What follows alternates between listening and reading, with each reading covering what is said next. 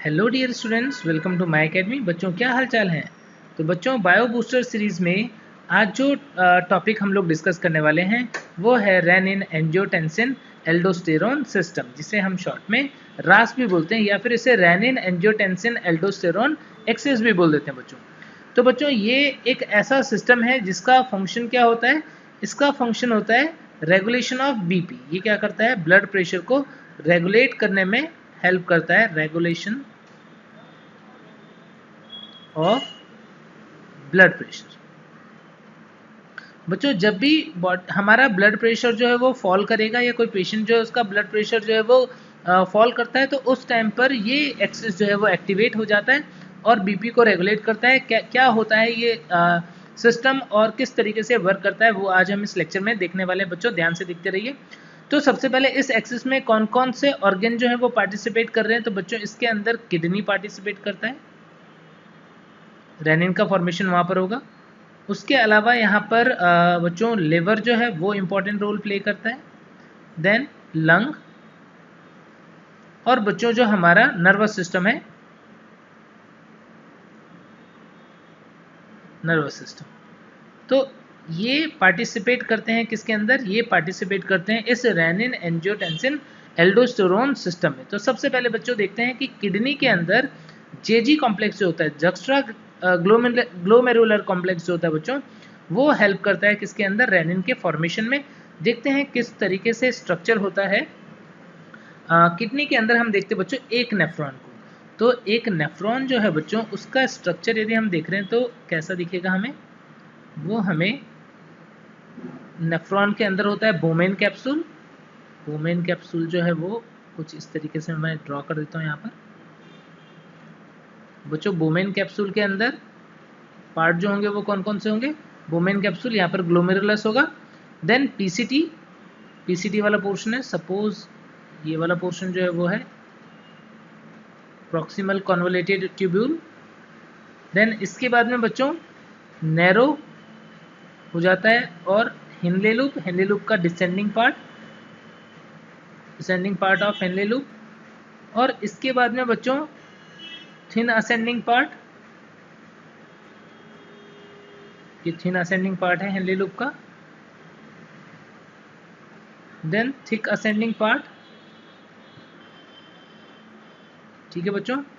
फिर इसके बाद में डीसीटी, डिस्टल कॉन्वोलेटेड ट्यूब्यूल।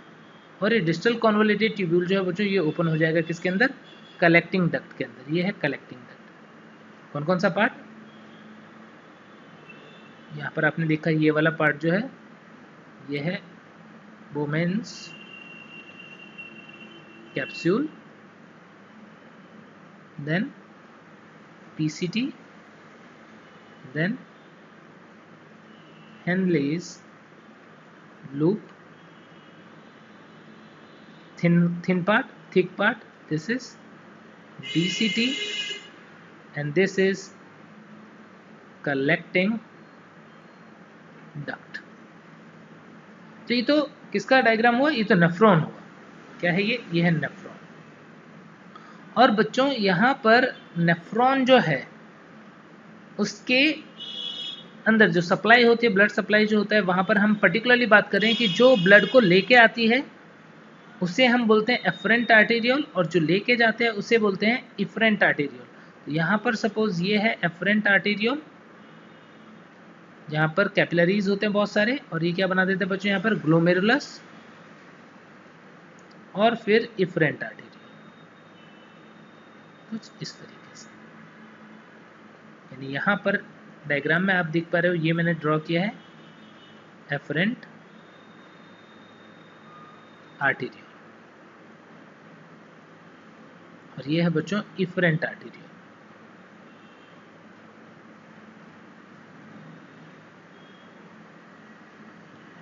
ठीक है बच्चों। तो अब यहाँ पर बच्चों स्पेशलाइज्ड स्ट्रक्चर जो है वो प्रेजेंट होती है इस रीजन में, यहाँ पर। और ये जो बच्चों यहाँ पर जहाँ आप देख रहे हो एफरेंट आर्टेरियोल और डीसीटी जो है वो पास पास में प्रेजेंट है। यहाँ पर एक कॉम्प्लेक्स बनता है जिसको हम बोल देते हैं जेजी कॉम्प्लेक्स। यानी यहाँ पर मैं ये जो स्ट्रक्चर है बच्चों इसको डिटेल में बना रहा हूँ, थोड़ी सी हिस्टोलॉजी जो है मैं यहाँ पर आपको बता रहा हूँ किस तरीके से होता है कि यहाँ पर जो एफरेंट आर्टीरियोल है बच्चों, उसके अंदर हम क्या देखते हैं, नॉर्मली तो आर्टीरियोल जो होती है उसके अंदर ये एंडोथीलियम होगी, एंडोथीलियम लेयर बनाया मैंने। फिर उसके अंदर क्या होगा बच्चों, यहाँ पर मस्कुलर लेयर होगी। तो बच्चों यहाँ पर क्या होता है, यहाँ पर इस मस्कुलर लेयर के अंदर जो कुछ सेल्स होती है वो स्पेशलाइज्ड हो जाती हैं। यहाँ पर कुछ स्पेशलाइज्ड सेल्स जो है वो प्रेजेंट है बच्चों। इन्हें हम क्या बोल देते हैं, ये जो मायोसाइट्स हैं, मसल सेल्स जो हैं बच्चों, ये स्पेशलाइज्ड मसल सेल्स जो हैं, इन्हें ही हम क्या बोल देते हैं, इन्हें हम बोल देते हैं पॉल्किसन सेल, पॉल्किसन सेल्स। ठीक है बच्चों। और ऐसे ही दूसरा स्ट्रक्चर जो यहाँ पर प्रेजेंट है वो कौन सा है, दूसरा स्ट्रक्चर, दूसरा यहाँ पर हम देख रहे हैं क्या, डीसीटी। तो यहाँ पर प्रेजेंट है डीसीटी।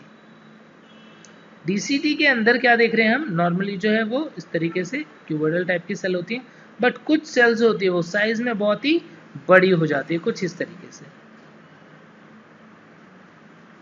कुछ इस टाइप की सेल्स हो जाती है। इन सेल्स को हम क्या बोलते हैं बच्चों, ये है मैकुला डेंसा। क्या होता है ये, मैकुला डेंसा।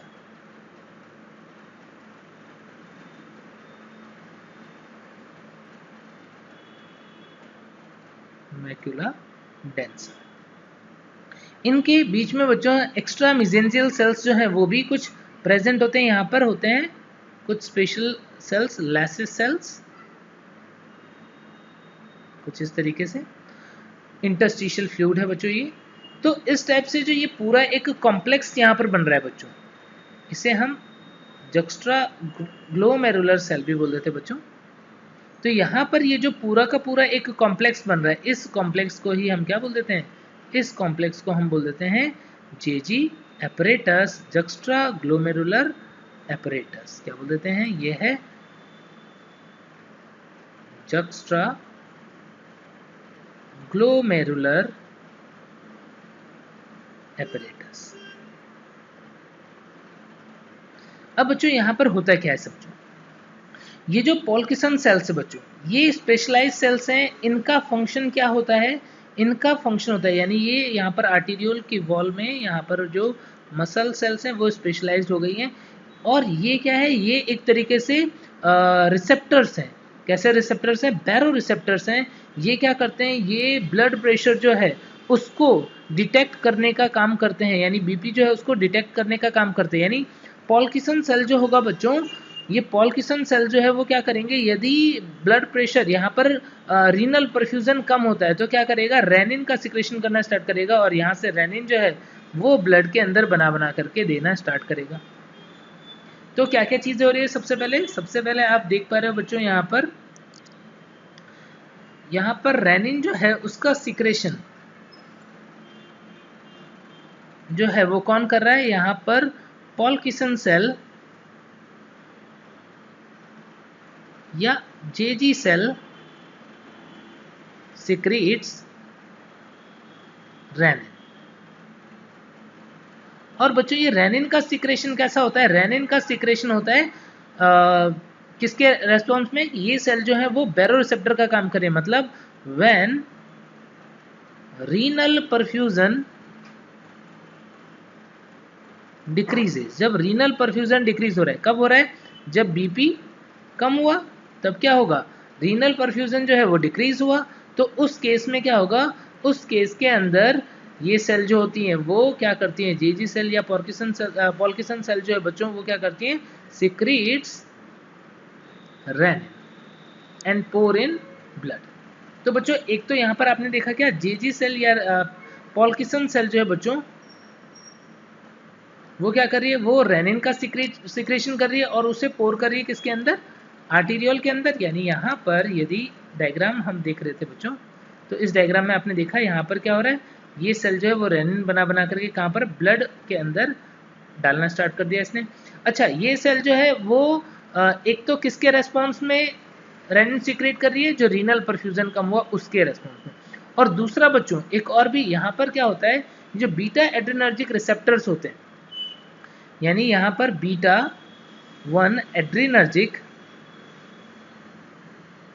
रिसेप्टर जो होते हैं वो भी क्या करते हैं बच्चों, क्योंकि क्या होगा जब ब्लड प्रेशर फॉल करेगा, ब्लड प्रेशर यदि गिरेगा तो उस केस में क्या होगा, उस केस के अंदर ब्रेन जो है बच्चों वहाँ से सिंपैथेटिक स्टिमुलस आएगा और उस सिंपैथेटिक स्टिमुलस के रेस्पॉन्स में बीटा एड्रेनर्जिक रिसेप्टर्स जो होंगे यहाँ पर वो क्या करेंगे, वो स्टिमुलेट होंगे, stimulated and secretion of renin increased। तो यहाँ पर क्या होता है बच्चों कि पॉल्किसन सेल्स जो है, जो अभी आपने डायग्राम में देखा, वो दो रेस्पॉन्स में अभी हम देख रहे हैं कि रेनिन का सिक्रेशन कर रहा है। एक तो क्या, रीनल परफ्यूजन का डिक्रीज होना, और बीटा एड्रेनर्जिक रिसेप्टर्स जो है बच्चों, वो बीटा एड्रेनर्जिक रिसेप्टर जो है वो क्या करते हैं, वो भी स्टिमुलेट होते हैं, तो रेनिन का सिक्रेशन जो है वो बढ़ जाता है। ठीक है, क्लियर हो गई इतनी बात। अब इसके बाद में बच्चों दूसरे एस्पेक्ट पे हम जाते हैं। दूसरा एस्पेक्ट क्या है यहाँ पर, दूसरा एस्पेक्ट ये मैकुला डेंसा यानी डीसीटी की सेल जो है वो। अब ये स्पेशलाइज सेल्स क्या करती हैं बच्चों, यहाँ पर ध्यान देना, ये स्पेशलाइज सेल्स जो होती हैं ये सेंसिटिव होती है सोडियम के लिए। यानी जब यहाँ पर ब्लड जो है ग्लोमेरुलर फिल्ट्रेट जब आ रहा है बच्चों, तो उसके अंदर बहुत सारा सोडियम है। अब ये सोडियम का अराउंड 65 to 70% जो है बच्चों, वो सोडियम क्या होता है, रीएब्जॉर्ब हो जाता है टीसीटी के अंदर।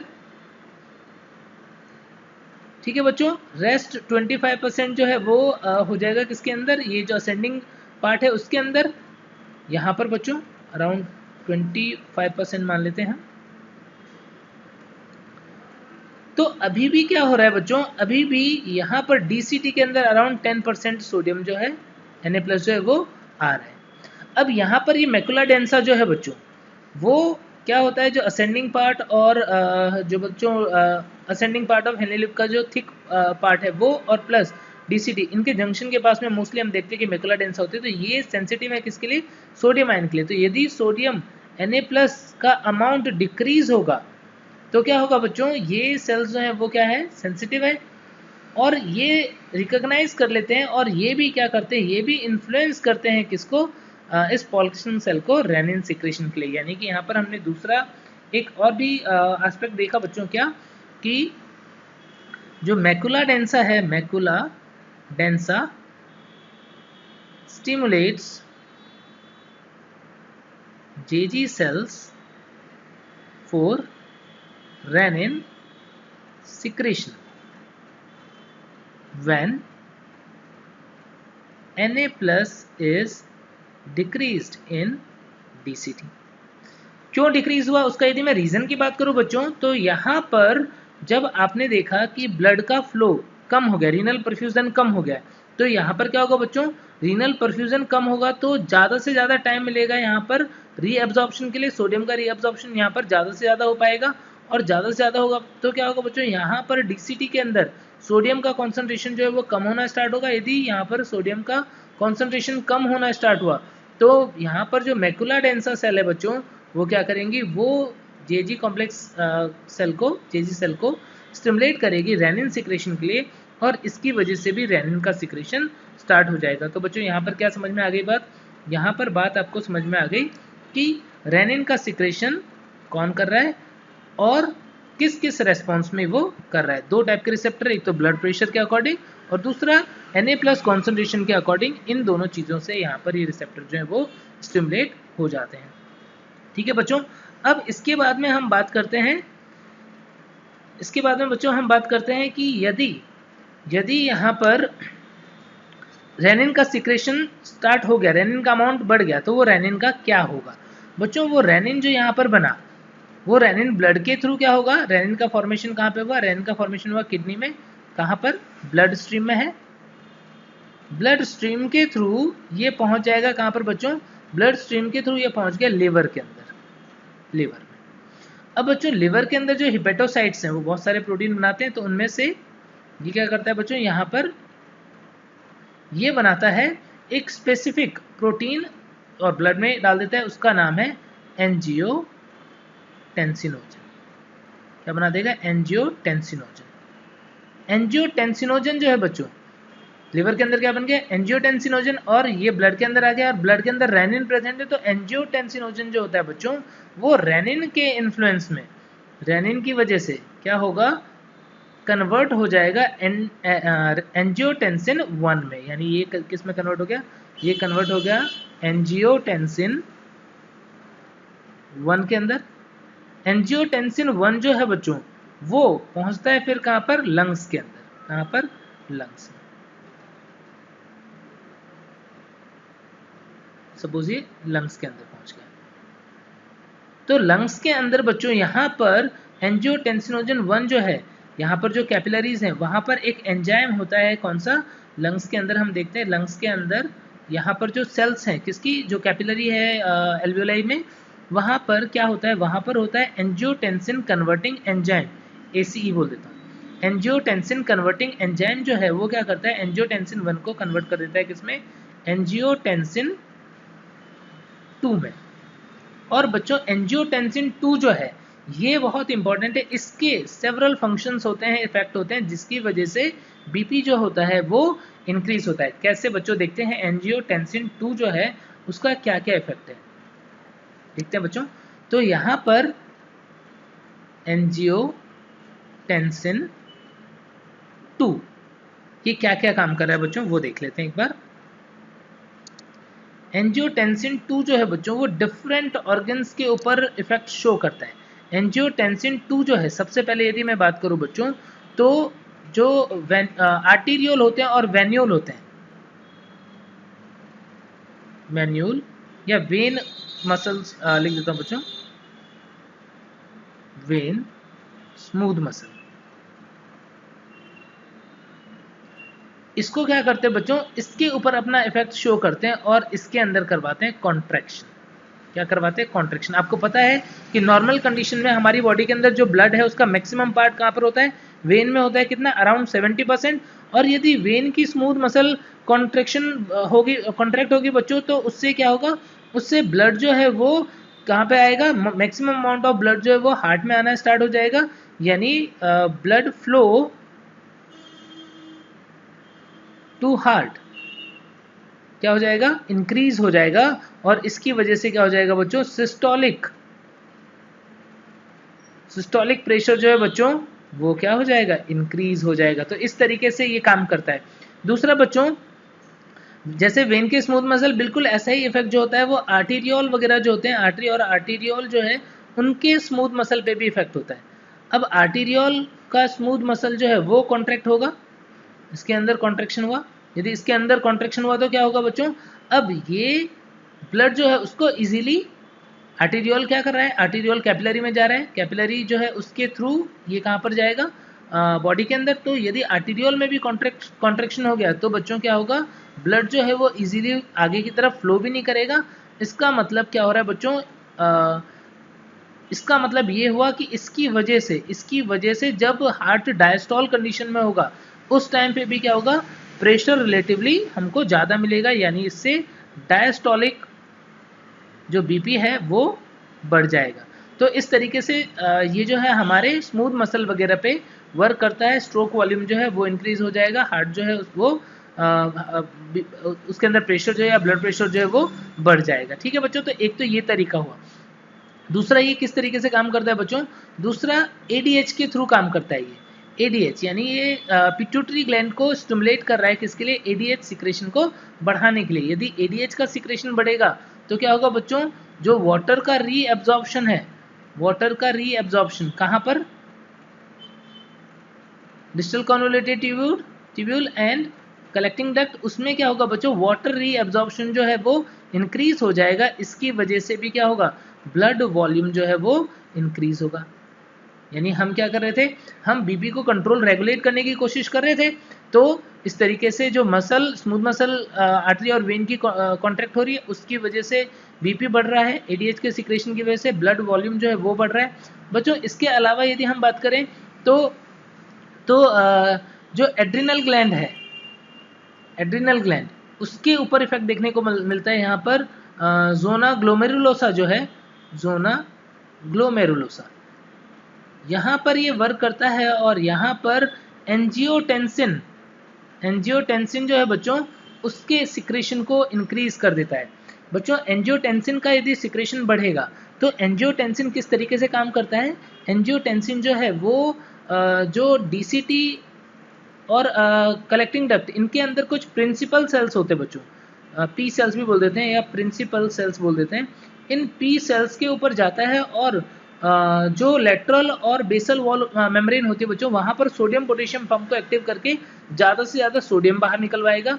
साथ ही क्या करता है बच्चों, सोडियम चैनल के थ्रू सेल के अंदर सोडियम का कॉन्सेंट्रेशन कम हो गया तो सोडियम के रीएब्जॉर्प्शन को इंक्रीज कर देता है, यानी सोडियम रीएब्जॉर्प्शन जो है वो इंक्रीज हो जाएगा। अब यदि सोडियम का रीएब्जॉर्प्शन इंक्रीज होगा बच्चों, कहाँ पर देख रहे हैं हम, मेनली डीसीटी पर और कलेक्टिंग डक्ट पे, तो यदि सोडियम का रीएब्जॉर्प्शन बढ़ जाएगा तो उसकी वजह से क्या होगा बच्चों, इसके साथ साथ वाटर का रीएब्जॉर्प्शन बढ़ जाएगा।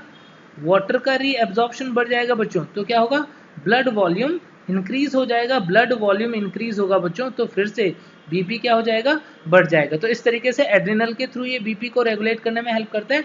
और बच्चों एक और भी फंक्शन जो हम देखते हैं वो होता है नर्वस सिस्टम पे। ये क्या करता है, ये सिंपैथेटिक नर्वस सिस्टम जो है बच्चों उसको स्टिमुलेट करता है। उसको स्टिमुलेट करने की वजह से क्या होगा बच्चों, इसकी वजह से भी बीपी जो है वो इंक्रीज होगा। ठीक है बच्चों, तो इस तरीके से रेनिन एंजियोटेंसिन एल्डोस्टेरोन मैकेनिज्म जो है उसमें आपने देखा कि किस तरीके से एंजियोटेंसिन 2 का फॉर्मेशन होता है और एंजियोटेंसिन 2 जो है वो किस तरीके से ब्लड वॉल्यूम और बीपी जो है उसको मेंटेन करता है। ठीक है बच्चों, तो बच्चों इसी के साथ में आज का लेक्चर कंप्लीट करते हैं। नेक्स्ट लेक्चर में कुछ ऐसे इंटरेस्टिंग टॉपिक और पढ़ेंगे, तब तक आप लोग अच्छे से पढ़ते रहिए। Bye bye.